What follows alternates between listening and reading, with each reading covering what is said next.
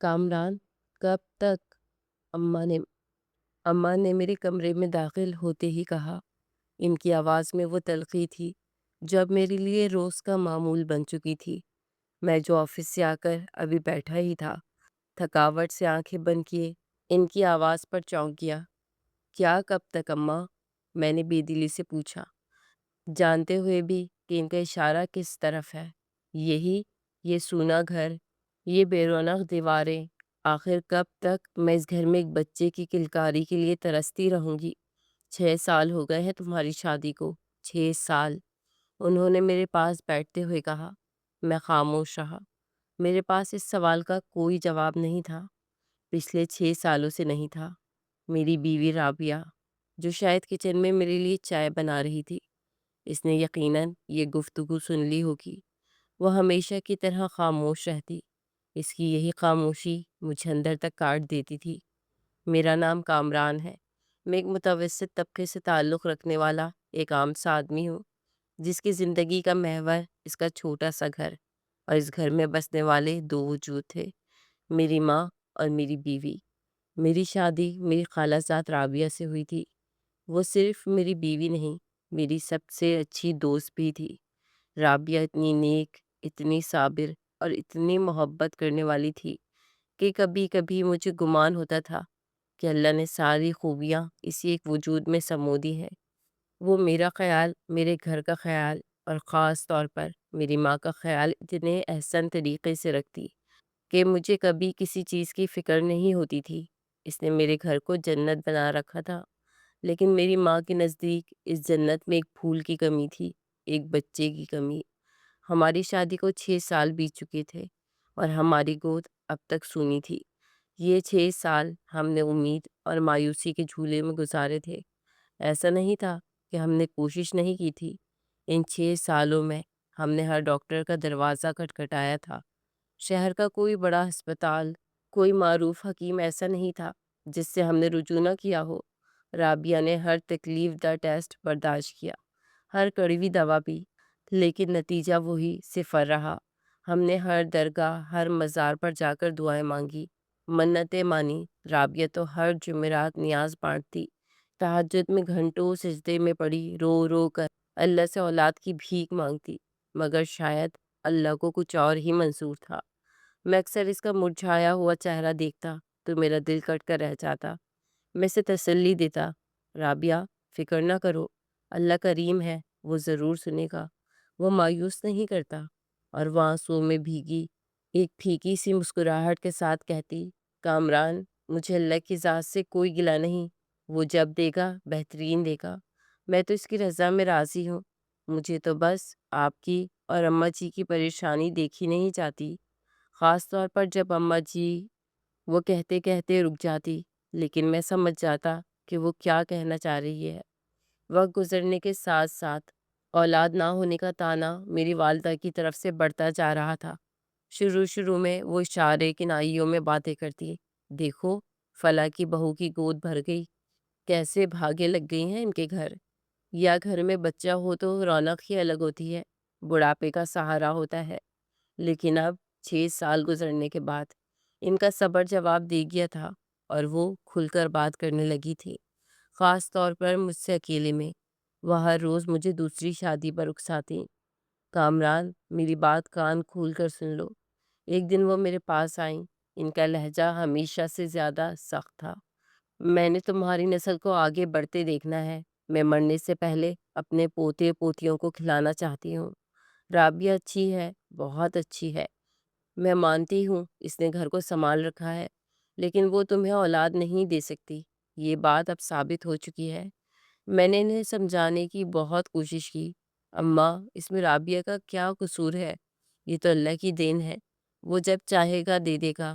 اماں بھڑک اٹھی، ہاں ہاں سب جانتی ہوں میں، لیکن مرد کو تو اللہ نے 4 شادیوں کی اجازت دی ہے نا، اگر ایک سے اولاد نہیں ہو رہی تو دوسری کر لو، اس میں کیا گناہ ہے؟ یہ سن کر میرے پیروں تلے سے زمین نکل گئی۔ اماں آپ ہوش میں تو ہیں؟ کیا کہہ رہی ہیں؟ میں رابعہ سے محبت کرتا ہوں، میں اس کے ہوتے ہوئے دوسری شادی کا سوچ بھی نہیں سکتا، یہ ظلم ہوگا اس کے ساتھ۔ اماں نے اپنا آخری ہتھیار استعمال کیا، اور آنسو پوچھتے ہوئے بولی، تو کیا میں اپنی نسل کو ختم ہوتے دیکھوں؟ تمہارا باپ زندہ ہوتا تو وہ بھی یہی کہتا۔ میں یہ نہیں کہتی کہ تم رابعہ کو طلاق دو، خدا نہ کرے، اسے بھی اسی گھر میں رکھو، عزت سے رکھو، لیکن ایک اور نکاح کر لو جو تمہیں اولاد کا سکھ دے سکے، میری یہ آخری خواہش ہی سمجھ لو۔ میں لاجواب ہو گیا تھا۔ ایک طرف رابعہ کی محبت اور اس کی 6 سالہ وفاداری تھی، اور دوسری طرف میری ماں کے آنسو اور اولاد کی وہ فطری خواہش جو میرے اندر بھی شدت سے موجود تھی۔ میں رابعہ سے بے پناہ محبت کرتا تھا، لیکن یہ سچ تھا کہ اولاد کی خواہش اور ماں کے مسلسل دباؤ نے مجھے اندر سے کمزور کر دیا تھا۔ میں ایک ایسی کشمکش میں مبتلا ہو گیا تھا جس کا کوئی حل مجھے نظر نہیں آ رہا تھا۔ اماں نے اب مجھ سے بات چیت تقریباً ترک کر دی تھی۔ ان کا سارا دن تسبیح پر گزرتا، اور جب بھی میں ان کے پاس بیٹھتا وہ سرد آہ بھر کر کہتی، بس اب مجھے مرنے دو، میری تو کوئی خواہش پوری ہونی نہیں، تم سے ایک میرا مان نہیں رکھا گیا۔ یہ جذباتی دباؤ میرے لیے ناقابل برداشت ہوتا جا رہا تھا۔ رابعہ میری حالت سمجھتی تھی، وہ مجھے تسلی دیتی، کامران، آپ اماں جی کی باتوں کو دل پر نہ لیں، اللہ ضرور کرم کرے گا، وہ ہماری سنے گا۔ لیکن اس کی اپنی آواز میں اب وہ یقین نہیں رہا تھا جو کبھی ہوا کرتا تھا۔ میں تھک گیا تھا، میں روز روز کے ذہنی عذاب سے، اس گھٹن سے تنگ آ گیا تھا جو میرے اپنے گھر میں میرا دم گھونٹ رہی تھی۔ اور پھر ایک شام جب اماں نے رو رو کر اپنا برا حال کر لیا اور کھانا پینا چھوڑ دیا، میں نے ہتھیار ڈال دیے، میں نے آخر کار ہار مان لی۔ میں نے تھکے ہوئے ہارے ہوئے لہجے میں اماں سے کہا، ٹھیک ہے اماں، جو آپ کی مرضی، آپ جہاں کہتی ہیں میں شادی کے لیے تیار ہوں۔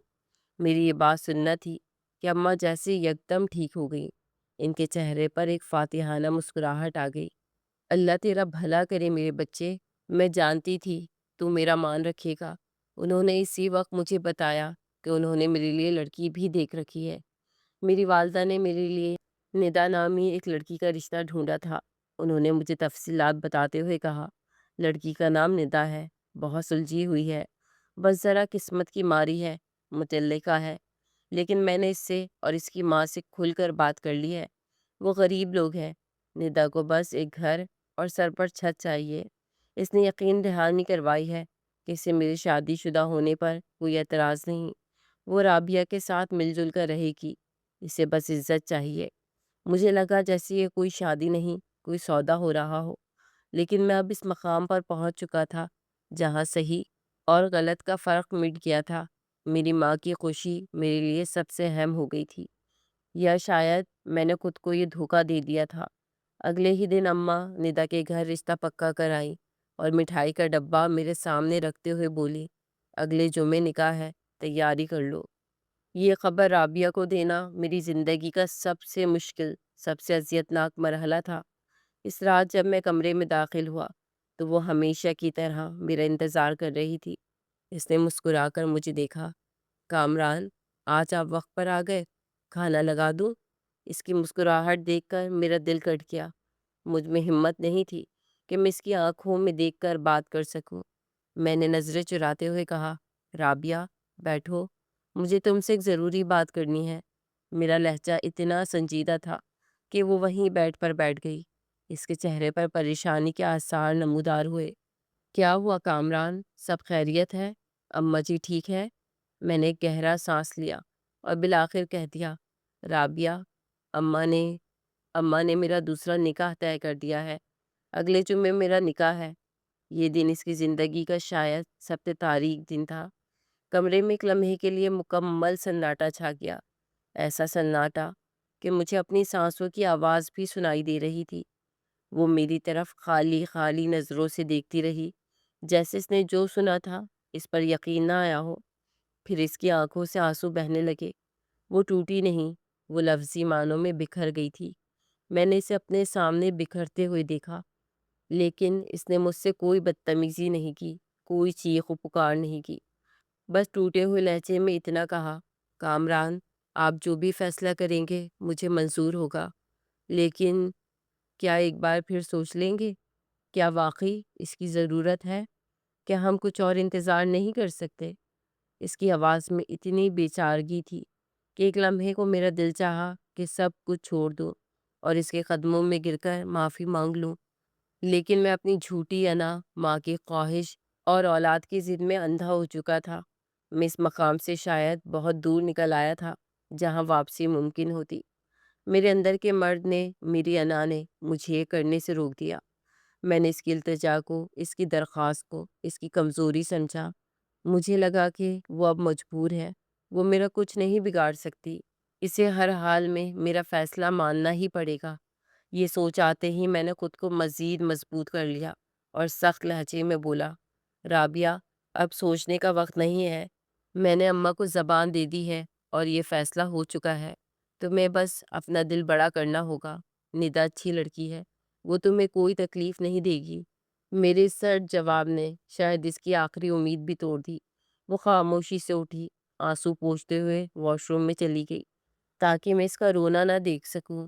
اس دن کے بعد سے ہمارے گھر میں شادی کی تیاریاں شروع ہو گئی۔ اماں بہت خوش تھیں، وہ ندا کے لیے جوڑے اور زیور بنا رہی تھی۔ رابعہ ایک زندہ لاش کی طرح گھر کے کاموں میں لگی رہتی۔ وہ اماں کے ہر حکم پر سر جھکا دیتی، لیکن اس کی آنکھوں کی چمک مر چکی تھی۔ شادی کی تاریخ طے ہو گئی تھی اور میں اپنی انا کے نشے میں یہ بھول گیا تھا کہ میں اپنی سب سے وفادار ساتھی کے دل کو اپنے ہی ہاتھوں سے کچل رہا تھا۔ شادی کی تاریخ آن پہنچی۔ وہ دن میری زندگی کا عجیب ترین دن تھا، ایک ہی وقت میں خوشی اور شدید اذیت کا دن۔ اماں صبح سے ہی چہک رہی تھی، ان کی خوشی دیدنی تھی جیسے ان کی برسوں کی مراد برائی ہو۔ انہوں نے گھر کو پھولوں سے سجا رکھا تھا اور ہر آنے جانے والے کو خود ہدایات دے رہی تھی، اور ایک رابعہ تھی جو صبح سے کونے میں گم سم بیٹھی تھی، زندہ لاش کی طرح۔ اس نے نہ تیاری کی، نہ کسی کام میں حصہ لیا، بس خالی نظروں سے چھت کو گھورتی رہی۔ اماں نے 2 3 بار اسے ٹوکا بھی، ارے رابعہ، آج میرے بیٹے کی خوشی کا دن ہے، منحوسوں کی طرح کیوں بیٹھی ہو؟ اٹھو، تیار ہو جاؤ، مہمان آنے والے ہیں۔ لیکن رابعہ نے کوئی جواب نہیں دیا۔ میں جب تیار ہو کر اس کے پاس گیا، شیروانی پہنے، تو وہ مجھے دیکھ کر تلخی سے مسکرائی۔ بہت جچ رہے ہیں کامران، نئی زندگی مبارک ہو۔ اس کی آواز کا زہر میرے دل میں اتر گیا۔ میں کچھ کہنا چاہتا تھا، صفائی دینا چاہتا تھا، لیکن میرے پاس کہنے کو کچھ نہیں تھا۔ میں مجرم جو تھا، میں چپ چاپ سر جھکا کر وہاں سے نکل آیا۔ نکاح کا اہتمام قریبی شادی ہال میں کیا گیا تھا۔ جب میں اسٹیج پر بیٹھا تھا، دل میں ایک عجیب سی خلش اور رابعہ کے لیے شدید شرمندگی کا احساس تھا۔ میں جانتا تھا میں غلط کر رہا ہوں، بہت غلط کر رہا ہوں، لیکن اماں کی خوشی اور اولاد کا وہ خواب جو انہوں نے میری آنکھوں میں سجا دیا تھا، وہ اس وقت ہر احساس سے جرم پر حاوی ہو چکا تھا۔ میں نے خود کو تسلی دی، بس یہ نکاح ہو جائے، پھر میں رابعہ کو منا لوں گا، سب ٹھیک کر دوں گا۔ ندا بھی اچھی لڑکی ہے، وہ رابعہ کے ساتھ مل جل کر رہے گی، اور جب گھر میں بچہ آئے گا تو رابعہ کی شکایت بھی دور ہو جائے گی۔ یہ وہ جھوٹی تسلیاں تھی جو میں اپنی ضمیر کو دے رہا تھا۔ ہال مہمانوں سے بھر چکا تھا، اماں ہر ایک سے مجھے ملوا رہی تھی۔ یہ میرا چاند ہے، آج اس کی خوشی کا دن ہے۔ تھوڑی دیر میں ندا کو بھی اسٹیج پہ لا کر میرے برابر بٹھا دیا گیا۔ اس کا چہرہ سرخ گھونگھٹ میں چھپا تھا۔ قاضی صاحب تشریف لائے اور نکاح کی کارروائی شروع کرنے کے لیے بیٹھے۔ ہال میں ایک دم خاموشی چھا گئی، صرف پنکھوں کی آواز آ رہی تھی۔ قاضی صاحب نے خطبہ پڑھنا شروع کیا اور پھر ندا کے وکیل سے ایجاب و قبول کے لیے کہا۔ وہاں سے قبول ہے کی آواز آئی اور قاضی صاحب میری طرف متوجہ ہوئے۔ انہوں نے میرا نام پکارا، کامران ولد، کیا آپ کو یہ نکاح؟ وہ ابھی اپنا جملہ مکمل بھی نہیں کر پائے تھے کہ ہال کے دروازے پر ایک شور سا بلند ہوا۔ سب کی نظریں بے اختیار دروازے کی طرف اٹھ گئیں۔ ہال کے دروازے سے رابعہ کسی آندھی کی طرح اندر داخل ہوئی۔ اس کے بال بکھرے ہوئے تھے، آنکھیں رونے کی شدت سے انگاروں کی طرح سرخ تھیں، اور دوپٹہ بے ترتیبی سے اس کے گلے میں پڑا تھا۔ وہ اس حالت میں تھی کہ ایک لمحے کو میں اسے پہچان ہی نہ سکا۔ وہ صبح تو گھر پر تھی، پھر یہاں اس حالت میں۔ اماں اسے دیکھتے ہی غصے سے کھڑی ہو گئیں۔ یہ کیا بدتمیزی ہے رابعہ؟ یہاں کیوں آئی ہو تماشا کرنے؟ نکل جاؤ یہاں سے۔ لیکن رابعہ نے ان کی بات سنی انسنی کر دی۔ اس کی نظریں صرف مجھ پر جمی تھی۔ وہ ہجوم کو چیرتی ہوئی لوگوں کے درمیان سے دیوانہ وار بھاگتی ہوئی سیدھا میرے سامنے اسٹیج کے عین نیچے آ کر کھڑی ہو گئی۔ اس کی سانسیں پھولی ہوئی تھی اور پورا وجود غصے اور دکھ کی شدت سے کانپ رہا تھا۔ اس نے اپنے کانپتے ہوئے ہاتھوں کو بلند کیا۔ اس کی مٹھی میں ایک مڑا توڑا سا کاغذ تھا۔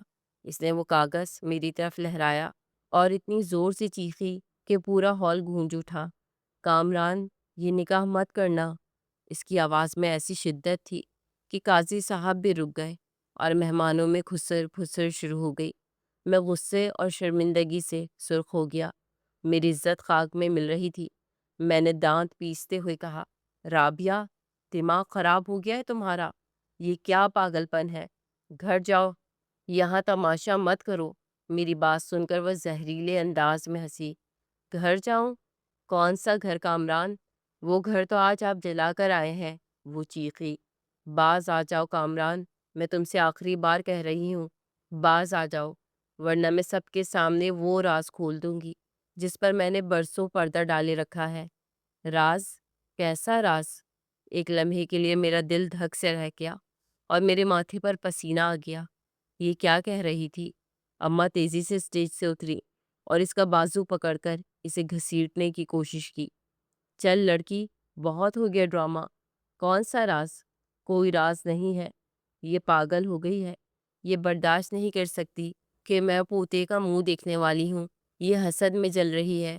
رابعہ نے ایک جھٹکے سے اپنا بازو چھڑایا اور اس کا بازو اماں کی گرفت سے آزاد ہو کر ہوا میں لہرا گیا۔ اس کی آنکھوں میں اب آنسو نہیں، ایک عجیب سی وحشت تھی۔ حسد؟ میں حسد میں جل رہی ہوں اماں جی؟ یہ آپ کی آنکھوں پر اولاد کی پٹی بن گئی ہے۔ اور کون سا پوتا؟ وہ کہکا لگا کر بولی۔ اسی پوتے کا راز تو میں آج کھولوں گی۔ اس نے پھر میری طرف دیکھا۔ کامران، میں آخری بار کہہ رہی ہوں، اٹھ جاؤ اس اسٹیج سے، ورنہ آج تمہاری عزت، تمہاری ماں کی عزت، سب اسی ہال میں نیلام ہوگی۔ میں غصے اور شرمندگی سے سرخ ہو گیا تھا۔ مجھے کچھ سمجھ نہیں آ رہا تھا کہ یہ کیا ہو رہا ہے۔ میں نے سوچا یہ میری عزت میں کمی لانے کے لیے ڈرامہ کر رہی ہے۔ یہ سب اس کا منصوبہ ہے، میری شادی روکنے کے لیے۔ میں نے اسے کبھی اس روپ میں نہیں دیکھا تھا۔ میں غصے سے کھڑا ہو گیا۔ بکواس بند کرو رابعہ، تم جھوٹ بول رہی ہو۔ کوئی راز نہیں ہے۔ تم صرف یہ شادی روکنا چاہتی ہو کیونکہ تم مجھ سے حسد کرتی ہو۔ تم نہیں چاہتی کہ میرا گھر آباد ہو۔ میں نے اس کی بات کو مکمل طور پر نظر انداز کر دیا اور قاضی صاحب کی طرف مڑا جو خود اس ڈرامے پر سر پٹائے ہوئے تھے۔ قاضی صاحب، آپ نکاح شروع کریں۔ یہ عورت ذہنی مریضہ ہے، اس کی باتوں پر دھیان نہ دیں۔ مہربانی کر کے جلدی کریں، یہ تماشا کر رہی ہے۔ رابعہ نے ایک قدم پیچھے ہٹایا۔ اس کی آنکھوں میں جو التجا تھی وہ اب ایک عجیب سی مایوسی اور وحشت میں بدل گئی۔ نہیں کامران، نہیں، وہ بس اتنا ہی کہہ سکی اور اس کی آواز آنسوؤں میں ڈوب گئی۔ قاضی صاحب نے ایک لمحے کے لیے میری طرف دیکھا، پھر رابعہ کی طرف اور پھر اماں کی طرف جو غصے سے کانپ رہی تھی کہ کوئی اس پاگل عورت کو یہاں سے نکال کیوں نہیں رہا۔ قاضی صاحب نے شاید بھانپ لیا تھا کہ یہاں رکنا مزید تماشے کا باعث بنے گا۔ انہوں نے میری ضد کے آگے سر جھکا دیا۔ انہوں نے ہچکچاتے ہوئے گویا بے دلی سے نکاح کے کلمات دوبارہ شروع کیے۔ انہوں نے میرا نام پکارا، کامران ولد۔ کیا آپ ندا بی بی کو؟ ان کا لہجہ بھی سارے ڈرامے سے متاثر ہو چکا تھا۔ ہال میں موجود ہر شخص، ہر مہمان سانس روکی یہ منظر دیکھ رہا تھا۔ میرا دل زور زور سے دھڑک رہا تھا۔ شرمندگی بھی تھی اور ایک ضد بھی کہ اب جو بھی ہو یہ نکاح ہو کر رہے گا۔ میں نے اس کی بات کو مکمل طور پر نظر انداز کر دیا تھا اور قاضی صاحب کی طرف متوجہ تھا۔ قاضی صاحب نے مجھ سے پوچھا کہ آپ کو قبول ہے؟ میں نے ایک گہرا سانس لیا، رابعہ کی سسکیوں کو نظر انداز کیا اور اپنے خشک ہوتے حلق کو تر کیا۔ میں قبول ہے کہنے ہی والا تھا، میرے ہونٹ ہلے ہی تھے کہ اچانک شادی ہال کا وہی مرکزی دروازہ جہاں سے کچھ دیر پہلے رابعہ داخل ہوئی تھی ایک بار پھر زور سے کھلا۔ سفید کوٹ پہنے ایک ادھیڑ عمر باروب شخص تیزی سے اندر داخل ہوا۔ وہ کوئی ڈاکٹر لگ رہے تھے۔ ان کے چہرے پر شدید پریشانی اور غصہ تھا۔ وہ ہال میں کسی کو ڈھونڈ رہے تھے۔ ان کی آنکھیں تیزی سے ہجوم کا جائزہ لے رہی تھیں۔ اماں نے یہ نیا خلل دیکھا تو چیخ پڑی، یہ کون ہے بھائی؟ یہ کیا مذاق لگا رکھا ہے؟ آج میری بیٹی کی شادی ہے یا کوئی تماشا ہو رہا ہے؟ گارڈز اس شخص کو روکنے کے لیے آگے بڑھے، لیکن اس ڈاکٹر نے انہیں ہاتھ کے اشارے سے جھڑک دیا۔ ہٹو پیچھے، مجھے دیکھنے دو، کون ہے وہ لڑکی؟ اس کی آواز میں ایسا رعب تھا کہ گارڈز بھی ٹھٹک گئے۔ وہ ہال میں چاروں طرف دیکھ رہے تھے، پھر ان کی نظر سیدھی اسٹیج پر پڑی۔ انہوں نے مجھے دیکھا، پھر میرے برابر میں گھونگھٹ میں بیٹھی میری دوسری ہونے والی بیوی ندا کو دیکھا۔ ندا جو رابعہ کے آنے پر بھی بالکل خاموش اور ساکت بیٹھی تھی، اس ڈاکٹر کی آواز سنتے ہی بری طرح لرز گئی۔ ڈاکٹر کی نظریں جیسے ہی ندا پر پڑی، وہ اسے دیکھتے ہی حیرت اور غصے سے چیخے، ندا بی بی، آپ یہاں آپ یہاں شادی کر رہی ہیں؟ آپ تو… ڈاکٹر صاحب نے ابھی اپنی بات مکمل بھی نہیں کی تھی کہ ندا کا رنگ پیلا پڑ گیا۔ اس نے گھبراہٹ میں اپنا گھونگھٹ تھوڑا سا اوپر اٹھایا۔ اس کی آنکھیں خوف سے پھٹی جا رہی تھیں، جیسے اس نے اپنی موت دیکھ لی ہو۔ اس نے ڈاکٹر کو دیکھا، پھر ایک وحشت زدہ نظر مجھ پر ڈالی، اور اس سے پہلے کہ ڈاکٹر صاحب مزید کچھ کہتے یا کوئی اور کچھ سمجھ پاتا، وہ گھبرا کر بجلی کی سی تیزی سے اسٹیج سے اتری۔ اس نے اپنا بھاری عروسی لہنگا بھی نہ سنبھالا۔ وہ مہمانوں کو دھکے دیتی، کرسیوں سے ٹکراتی ہوئی دیوانوں کی طرح ہال کے پچھلے دروازے کی طرف بھاگی، اور ایک ہی لمحے میں سب کی نظروں سے اوجھل ہو گئی۔ ہال میں ایک دم سناٹا چھا گیا۔ سب مہمان ششدر رہ گئے تھے۔ کسی کو سمجھ نہیں آ رہا تھا کہ یہ دلہن اپنی ہی شادی سے یوں کیوں بھاگ گئی ہے۔ اماں نے اسے آواز دی، ارے ندا، رکو، کہاں جا رہی ہو؟ لیکن وہ جا چکی تھی۔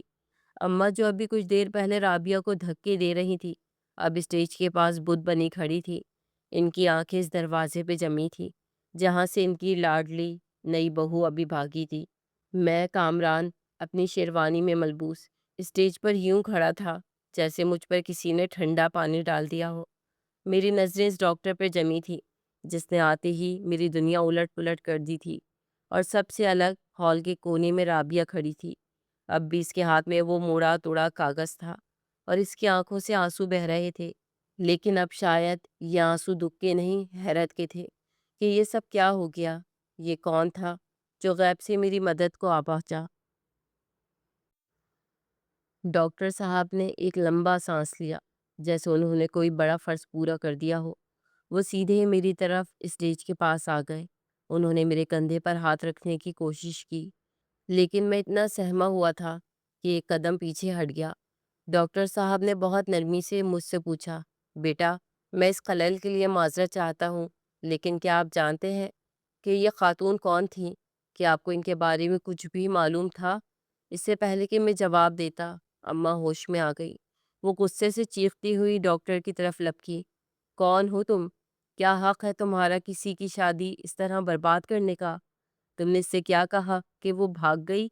جانتے ہو اس غریب پر کیا بیتے گی؟ تم نے میرا گھر اجاڑ دیا، میرا خواب توڑ دیا۔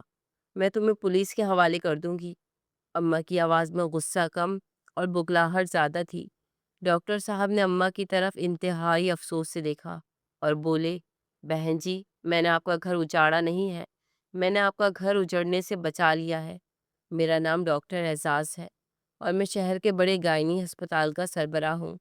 یہ سن کر اماں ٹھٹک گئیں۔ گائنی ہسپتال؟ تو اس سے کیا فرق پڑتا ہے؟ ڈاکٹر اعزاز نے میری طرف دیکھتے ہوئے کہا، فرق پڑتا ہے بہن جی، بہت فرق پڑتا ہے۔ وہ خاتون ندا جس سے آپ اپنے بیٹے کا نکاح کروا رہی تھی، پچھلے 5 سال سے میری مریضہ ہے۔ اماں کا رنگ مزید پیلا پڑ گیا۔ مریضہ؟ کیسی مریضہ؟ کیا مطلب ہے تمہارا؟ ڈاکٹر صاحب نے ایک لمحے کے لیے توقف کیا، جیسے وہ سوچ رہے ہوں کہ یہ راز کھلنا ٹھیک ہے یا نہیں۔ پھر انہوں نے کہا، دیکھیے، یہ کسی کی ذاتی معلومات ہے، لیکن جو فراڈ وہ آپ لوگوں کے ساتھ کر رہی تھی، اس کے بعد میرا بتانا فرض ہے۔ بہن جی، آپ یہ شادی اولاد کے لیے کروا رہی تھی نا؟ اماں نے اس بات میں سر ہلایا۔ ڈاکٹر اعزاز بولے، تو سن لیجئے، یہ خاتون ندا کبھی ماں نہیں بن سکتی۔ اس نے چند سال پہلے ایک آپریشن کے ذریعے اپنی بچہ دانی، اپنا رحم نکلوا دیا تھا۔ یہ سننا تھا کہ جیسے ہال کی چھت مجھ پر آ گری ہو۔ میں نے بے یقینی سے اپنا سر ہلایا، نہیں، یہ جھوٹ ہے، یہ نہیں ہو سکتا۔ اماں تو وہیں ایک کرسی پر دھڑام سے بیٹھ گئیں۔ ان کی ٹانگوں نے جیسے ان کا بوجھ اٹھانے سے انکار کر دیا ہو۔ نہیں، وہ بڑبڑائیں، یہ جھوٹ ہے، اس نے مجھے خود کہا تھا کہ وہ بالکل ٹھیک ہے۔ اس کے پہلے شوہر میں مسئلہ تھا، وہ تو بس ایک گھر چاہتی تھی۔ ڈاکٹر اعزاز نے تلخی سے کہا، گھر چاہتی تھی یا آپ لوگوں کو بے وقوف بنا کر دولت بٹورنا چاہتی تھی؟ یہ تو کچھ بھی نہیں ہے، اصل کہانی تو اب سنیے۔ ہال میں موجود تمام مہمان اب ڈاکٹر کے گرد جمع ہو گئے تھے۔ ہر کوئی سنسنی خیز کہانی کی تفصیل جاننا چاہتا تھا۔ ڈاکٹر صاحب نے اپنی بات جاری رکھی، یہ خاتون پچھلے ہفتے میرے پاس کلینک آئی تھی۔ اس نے مجھ سے آ کر کہا کہ ڈاکٹر صاحب، میری شادی ہونے والی ہے، مجھے ایک سرٹیفکیٹ چاہیے۔ میں نے پوچھا، کیسا سرٹیفکیٹ؟ اس نے بے شرمی سے کہا کہ مجھے حاملہ ہونے کا جعلی سرٹیفکیٹ چاہیے، کہ میں 2 ماہ سے امید سے ہوں۔ میں یہ سن کر چونک گیا۔ میں نے اسے کہا، ندا بی بی، آپ ہوش میں تو ہیں؟ آپ حاملہ کیسے ہو سکتی ہیں جب کہ آپ کا رحم ہی موجود نہیں ہے؟ تو اس نے مجھے کہا کہ ڈاکٹر صاحب، آپ ان باتوں کو چھوڑیں، میں آپ کو منہ مانگی قیمت دوں گی۔ جس گھر میں میری شادی ہو رہی ہے وہ لوگ اولاد کے لیے پاگل ہیں۔ میں نے شادی کے فوراً بعد یہ سرٹیفکیٹ دکھا دوں گی اور پھر کچھ مہینوں بعد شور مچا دوں گی کہ میرا بچہ ضائع ہو گیا۔ اس طرح میری جگہ بھی پکی ہو جائے گی اور کوئی مجھ سے اولاد کا تقاضا بھی نہیں کرے گا۔ یہ سن کر میرے تو ہوش اڑ گئے تھے۔ میں نے اسے کہا کہ میں ایک ڈاکٹر ہوں، میں مسیحا ہوں، میں اس گناہ میں، اس فراڈ میں شریک نہیں ہو سکتا۔ میں نے اسے اپنے کلینک سے دھکے دے کر نکال دیا اور دھمکی دی تھی کہ اگر اس نے ایسا کچھ کیا تو میں پولیس کو رپورٹ کر دوں گا۔ مجھے لگا تھا کہ وہ ڈر گئی ہوگی اور باز آ جائے گی، لیکن آج آپ کی شادی میں میری ایک نرس بھی مہمان تھی۔ اس نے جب ندا کو دلہن بنے دیکھا تو اس نے فوراً مجھے فون کیا کہ ڈاکٹر صاحب، وہ فراڈ عورت تو یہاں سچ مچ شادی کر رہی ہے۔ میں سب کچھ چھوڑ کر، اپنے مریضوں کو چھوڑ کر سیدھا یہاں بھاگا آیا، صرف اس لیے کہ میں ایک اور خاندان کو اس عورت کے دھوکے سے بچا سکوں۔ میں صرف آپ کو اس دھوکے سے بچانے آیا تھا۔ ڈاکٹر کی بات سن کر میرے پیروں تلے سے زمین نکل گئی۔ نہیں، یہ سچ نہیں ہو سکتا، یہ کیسے ممکن ہے؟ اماں تو کہہ رہی تھی کہ وہ غریب اور شریف ہے۔ میرے کانوں میں ڈاکٹر اعزاز کے الفاظ گونج رہے تھے، جعلی سرٹیفکیٹ، رحم نکلوا دیا تھا، دھوکہ، فراڈ۔ میں سکتے میں کھڑا تھا، میرا دماغ معاف ہو چکا تھا، جیسے میں کسی ڈراؤنے خواب میں ہوں۔ ہال میں موجود سینکڑوں مہمان جو کچھ دیر پہلے میری خوشی میں شریک تھے، اب آپس میں خسر پھسر کر رہے تھے۔ توبہ توبہ، کیسا زمانہ آ گیا ہے! شکر ہے اللہ نے عزت رکھ لی۔ بیچارے کی پہلی بیوی پر کیا گزری ہوگی؟ یہ آوازیں میرے کانوں میں ہتھوڑوں کی طرح لگ رہی تھی۔ اماں، جو کچھ دیر پہلے رابعہ پہ شیر ہو رہی تھی، اب کرسی پر نڈھال سی بیٹھی تھی۔ ان کا چہرہ زرد تھا اور آنکھیں بے یقینی سے خالی خلا میں گھور رہی تھی۔ میری نظریں اس سارے ہجوم میں، اس شور اور اس ذلت کے درمیان بے اختیار ایک وجود کو ڈھونڈ رہی تھی جسے میں آج صبح سب سے زیادہ ذلیل کر کے آیا تھا۔ میری نظریں رابعہ پر جمی تھی، جو ہال کے اسی کونے میں کھڑی تھی، ساکت، بے حس و حرکت، اور اس کے ہاتھ میں اب بھی وہ مڑا توڑا کاغذ تھا۔ وہ اب بھی رو رہی تھی، لیکن اس کی آنکھوں میں اب وہ وحشت نہیں تھی جو تھوڑی دیر پہلے تھی۔ اب ان میں ایک عجیب سی ویرانی، ایک ٹوٹا ہوا سکون تھا۔ وہ مجھے ہی دیکھ رہی تھی۔ اس کی نگاہوں میں اتنی اذیت، اتنا دکھ اور اتنی سچائی تھی کہ میں ان کا سامنا نہ کر سکا۔ میرا سر شرمندگی سے جھک گیا۔ یہ کیا ہو گیا؟ میں نے کیا کر دیا؟ میں نے اس عورت کے ساتھ کیا کیا جو میری عزت بچانے کے لیے آخری لمحے تک کوشش کرتی رہی؟ اور میں نے اسے ہی ذلیل کر دیا، اسے ہی پاگل کہہ دیا، اسے ہی جھوٹا قرار دے دیا۔ میں شرمندگی سے قدم گھسیٹتا ہوا رابعہ کے پاس جانے لگا۔ میرا ہر قدم منو بھاری تھا۔ مجھے اسٹیج سے اس کونے تک کا فاصلہ صدیوں پر محیط لگ رہا تھا۔ مہمان میرے لیے راستہ بنا رہے تھے اور ان کی ہمدردی اور طرز بھری نگاہیں مجھ پر تیروں کی طرح برس رہی تھیں۔ ڈاکٹر اعزاز خاموشی سے ایک طرف ہو گئے، وہ اپنا کام کر چکے تھے۔ اماں نے مجھے رابعہ کی طرف جاتے دیکھا، لیکن ان میں اتنی ہمت نہیں تھی کہ وہ مجھے روک سکتی۔ وہ خود اپنے کیے پر، اپنی جلد بازی پر، اپنی ضد پر شاید شرمندہ تھی یا شاید صدمے میں تھی۔ میں رابعہ کے بالکل سامنے جا کر رکا۔ مجھ میں اتنی ہمت نہیں تھی کہ میں اس کا چہرہ دیکھ سکوں۔ میری نظریں اس کے ہاتھ میں پکڑے اس کاغذ پر جمی تھی۔ میری آواز جیسے میرے حلق میں ہی گھٹ گئی تھی۔ میں نے بامشکل کانپتے ہوئے لہجے میں پوچھا، رابعہ، تمہیں تمہیں کیا راز معلوم تھا؟ تمہارے ہاتھ میں یہ کیسا کاغذ ہے؟ تم مجھے کیا بتانے آئی تھی؟ تم ندا کے بارے میں جانتی تھی؟ میری بات سن کر اس نے گہری سسکی لی۔ اس نے اپنا چہرہ اوپر اٹھایا۔ اس کی آنکھوں سے آنسو بہہ کر اس کی گالوں پر خشک ہو رہے تھے۔ نہیں کامران، اس نے ٹوٹی ہوئی آواز میں کہا، میں ندا کے بارے میں کچھ نہیں جانتی تھی۔ میں تو اس ڈاکٹر کو بھی نہیں جانتی جس نے آج آپ کی عزت بچا لی۔ میں تو بس میں تو بس آپ کو بچانے آئی تھی۔ میں نے الجھ کر پوچھا، مجھے بچانے؟ کیا مطلب؟ رابعہ نے وہ کاغذ روتے ہوئے میرے ہاتھ میں تھما دیا۔ اس کی انگلیاں کانپ رہی تھیں۔ لو، خود ہی پڑھ لو اپنا راز، وہ راز جس کو میں نے 6 مہینوں سے اپنے سینے میں دفن کر رکھا تھا، وہ راز جس کی خاطر میں بانجھ ہونے کے طعنے سنتی رہی، وہ راز جس نے آج مجھے پاگلوں کی طرح یہاں آنے پر مجبور کر دیا۔ میں نے کانپتے ہاتھوں سے وہ مڑا توڑا کاغذ کھولا۔ وہ کوئی کاغذ نہیں تھا، وہ ایک میڈیکل رپورٹ تھی، اور وہ رپورٹ کسی اور کی نہیں، وہ کاغذ میرا، کامران کا اپنا میڈیکل ٹیسٹ تھا۔ میری اپنی رپورٹ تھی جو میں نے 6 ماہ قبل رابعہ سے چھپ کر شہر کر ایک دوسرے ڈاکٹر سے کروائی تھی۔ اسی رپورٹ پر جلی حرف میں لکھا تھا کہ مجھ میں باپ بننے کی صلاحیت نہیں ہے، کہ میرے باپ بننے کے امکانات نہ ہونے کے برابر ہے۔ میرے ہاتھ کانپنے لگے اور وہ رپورٹ میرے ہاتھ سے گرنے ہی والی تھی۔ میں نے بے یقینی سے رابعہ کی طرف دیکھا۔ تمہیں تمہیں یہ کہاں سے ملا؟ میں نے تو اسے میں نے اسے اپنی الماری میں سب سے پیچھے چھپا دیا تھا، رابعہ نے میری آنکھوں میں دیکھتے ہوئے کہا۔ اس کی آواز اب بھی کانپ رہی تھی اور آنسو مسلسل اس کے رخساروں کو بھگو رہے تھے۔ ہاں کامران، آپ نے اسے چھپا دیا تھا۔ آپ نے اسے اپنی الماری میں اپنے سب سے قیمتی کپڑوں کے پیچھے چھپایا تھا، اس نیت سے کہ یہ راز کبھی مجھ تک نہ پہنچے، کبھی اماں جی تک نہ پہنچے۔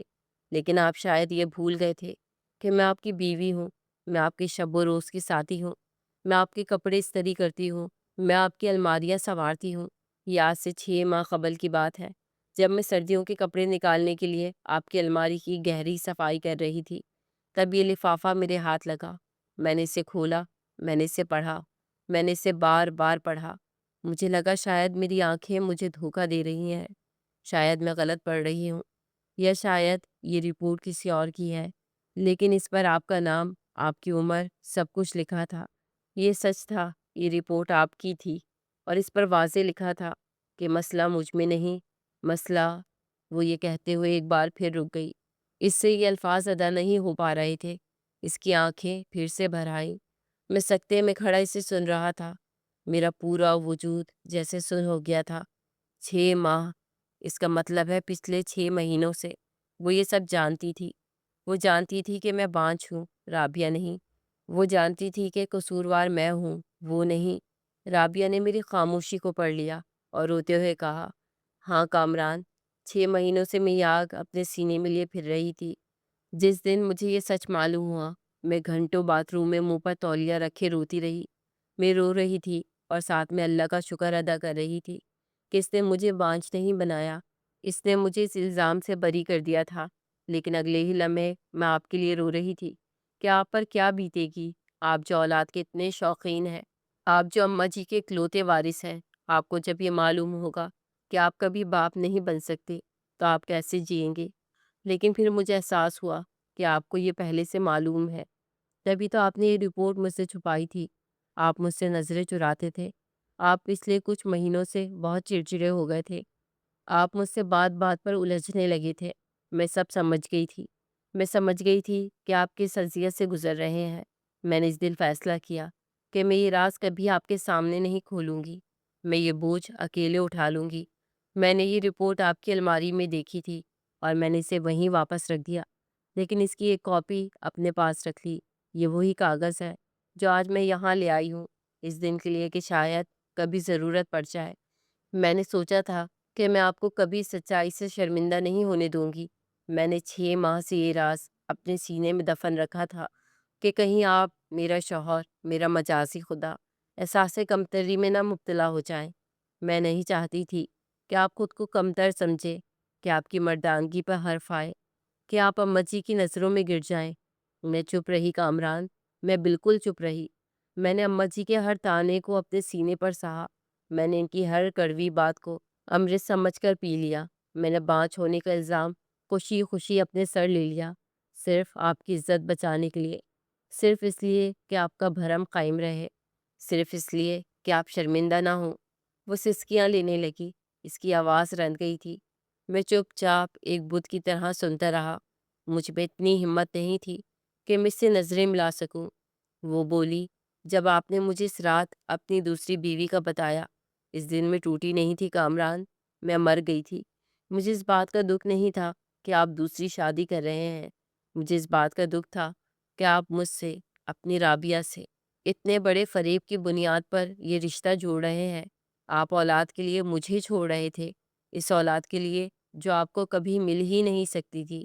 میں نے آپ کو روکنے کی بہت کوشش کی، میں نے آپ سے کہا تھا کہ ایک بار پھر سوچ لیں، لیکن آپ اپنی انا میں، اپنی ضد میں اتنے اندھے ہو چکے تھے کہ آپ نے میری التجا کو میری کمزوری سمجھا۔ آج صبح تک میں فیصلہ نہیں کر پا رہی تھی کہ مجھے کیا کرنا چاہیے۔ میں جائے نماز پر بیٹھی روتی رہی، یا اللہ مجھے راستہ دکھا، میں کیا کروں، میں اپنے شوہر کو کیسے بچاؤں۔ لیکن جب آپ شیروانی پہن کر دلہا بن کر میرے سامنے آئے اور مجھ سے کہا کہ منحوسوں کی طرح کیوں بیٹھی ہو، تو مجھ سے رہا نہیں گیا۔ میں آپ کو اس دھوکے باز عورت کے پاس جاتے ہوئے نہیں دیکھ سکتی تھی، جو خود بھی آپ کو دھوکہ دے رہی تھی اور آپ بھی خود کو دھوکہ دے رہے تھے۔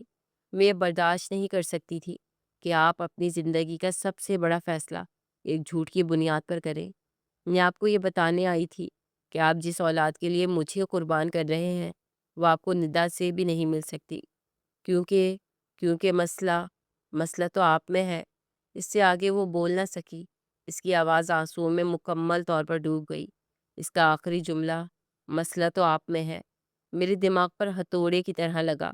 یہ وہ سچ تھا جس سے میں 6 مہینوں سے بھاگ رہا تھا، اور یہ وہ سچ تھا جسے میری بیوی نے میری عزت کی خاطر اپنے سینے میں چھپا رکھا تھا، اور خود سارے الزامات سہتی رہی۔ ڈاکٹر اعزاز کی باتیں، ندا کا یوں فراڈ کر کے بھاگ جانا، اماں کی صدمے بھری خاموشی، اور رابعہ کی یہ عظیم قربانی، سب کچھ ایک فلم کی طرح میرے سامنے چلنے لگا۔ میں کیا تھا؟ ایک بے حس، ایک بے غیرت مرد، جو اپنی خامی کا، اپنی کمزوری کا الزام ایک معصوم اور نیک عورت پر ڈال کر اسے ذلیل کر کے دوسری شادی کرنے چلا تھا، اور وہ عورت جس نے میری عزت بچانے کے لیے خود کو قربان کر دیا، خود کو معاشرے کی نظروں میں گرا دیا۔ مجھ میں مزید کھڑے رہنے کی ہمت نہیں رہی۔ میرا وجود، میری انا، میرا غرور، سب کچھ پاش پاش ہو گیا تھا۔ میں کامران، جو کچھ دیر پہلے اسٹیج پر دلہا بنا بیٹھا تھا، اسی شادی کے ہال میں ان سینکڑوں مہمانوں کے سامنے اپنی بیوی کے قدموں میں گر گیا، مس کے پاؤں پکڑ کر بچوں کی طرح پھوٹ پھوٹ کر رونے لگا۔ مجھے معاف کر دو رابعہ، مجھے معاف کر دو، میں اندھا ہو گیا تھا، میں ظالم ہو گیا تھا، میں گناہ گار ہوں۔ تم نے میرے لیے اتنا کچھ کیا، تم نے میری خاطر اتنی ذلت سہی، اور میں نے تمہیں کیا دیا؟ صرف دکھ، صرف آنسو، صرف رسوائی۔ مجھے معاف کر دو۔ مس عورت کے قدموں میں گر گیا تھا، جس کی وفاداری کو میں اپنی انا تلے رون رہا تھا۔ اس نے میری عزت بچانے کے لیے اپنی بے عزتی برداشت کی، اس نے معاشرے میں خود کو بانجھ کہلوایا، اور اپنی سگی ماں جیسی ساس کے روز روز کے طعنے سنے، جبکہ وہ لمحہ لمحہ جانتی تھی کہ قصور میرا ہے۔ رابعہ نے میری یہ حالت دیکھی تو وہ خود بھی تڑپ اٹھی۔ اس نے جھک کر مجھے اٹھانے کی کوشش کی۔